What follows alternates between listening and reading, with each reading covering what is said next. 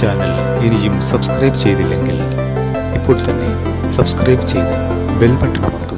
Hi friends, I am doctor Rajendran. ഞാൻ ഇന്നിവിടെ ഉണ്ടാക്കി കാണിക്കാൻ പോകുന്നത് ഒരു ഡ്രാഗൺ മഷ്റൂം. ഈ കുമ്പിള് നമ്മുടെ കൃഷിയിടത്തിലുണ്ടായതാണ്. അപ്പോൾ അതിന് വേണ്ട ഇൻഗ്രീഡിയൻസ്: ഇത് വെളുത്തുള്ളിയാണ്, അണ്ടിപ്പരിപ്പ്, ക്യാപ്സിക്കം, സ്പ്രിംഗ് ഒനിയൻ, സവാള, മഷ്റൂം, 2 വറ്റൻമുളക്, ആവശ്യത്തിന് ഉപ്പ്, കുറച്ച് തേൻ.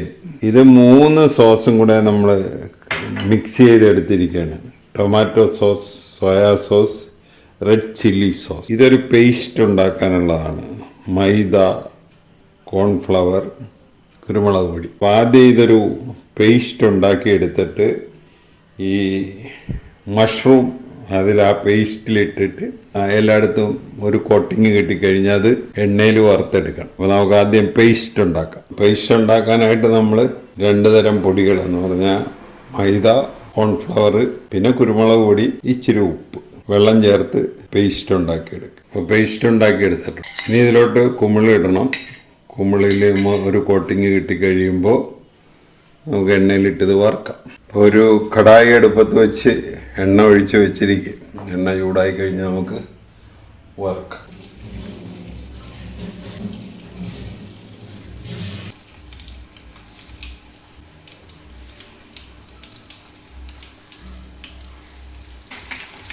ഒരുമാതിരി മരിഞ്ഞിട്ടുണ്ട്.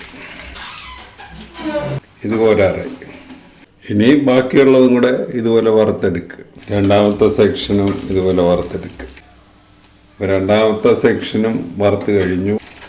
നമ്മളിപ്പോൾ ഇതിൽ 75 ഗ്രാമിന് 100 ഗ്രാം ഇല്ല, അത്രയും കുമ്പളാണ് എടുത്തിരിക്കുന്നത്. നമ്മുടെ 3ാമത്തെ സെക്ഷനും വറുത്ത് കഴിഞ്ഞ് അടുത്തൊരു കടായി അടുപ്പത്ത് വെക്കുക. ചൂടായി കഴിയുമ്പോൾ എണ്ണ ഒഴിക്കുക.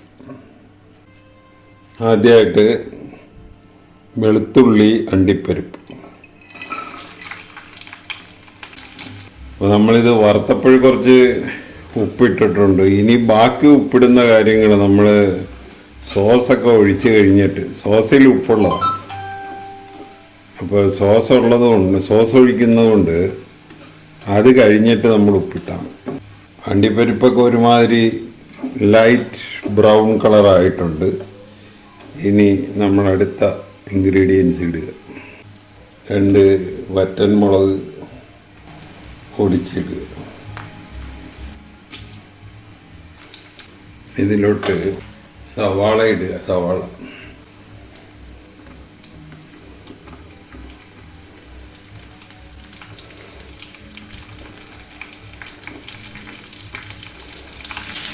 ക്യാപ്സിക്കം,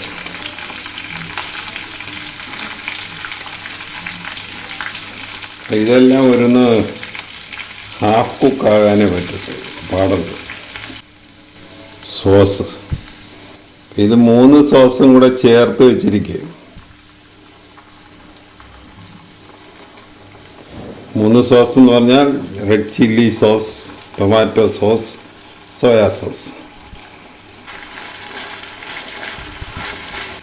ഇനി നമ്മൾ കുറച്ച് തേൻ ഒഴിക്കുക.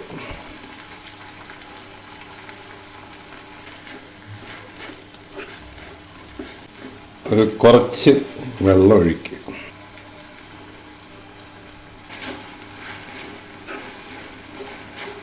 നമ്മൾ ആ മഷ്റൂം വറുത്തതില്ല. ഈ സമയത്ത് നമ്മൾ ഉപ്പ് നോക്കുക. ഉപ്പ് കുഴപ്പമില്ല. നമ്മുടെ ഡ്രാഗൺ മഷ്റൂം റെഡിയായി. ഇതിൻ്റെ ഏറ്റവും ടേസ്റ്റി ആയിട്ടുള്ള ഭാഗം എന്ന് പറഞ്ഞാൽ ഈ ചൂടോടെ കഴിക്കുക എന്നുള്ളതാണ്. ഇത് ആറിക്കഴിഞ്ഞാൽ അതിന് വലിയ ടേസ്റ്റ്. ലാസ്റ്റ് സ്റ്റെപ്പിലാണ് നമ്മൾ ഈ സ്പ്രിംഗ് ഒനിയൻ ഇടുന്നത്.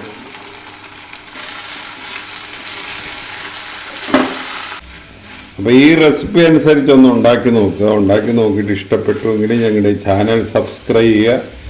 വേറൊരു വീഡിയോ ആയിട്ട് നമുക്ക് വീണ്ടും കാണാം. Thank you. ഈ ചാനൽ ഇനിയും സബ്സ്ക്രൈബ് ചെയ്തില്ലെങ്കിൽ ഇപ്പോൾ തന്നെ സബ്സ്ക്രൈബ് ചെയ്ത് ബെൽ ബട്ടൺ അമർത്തുക.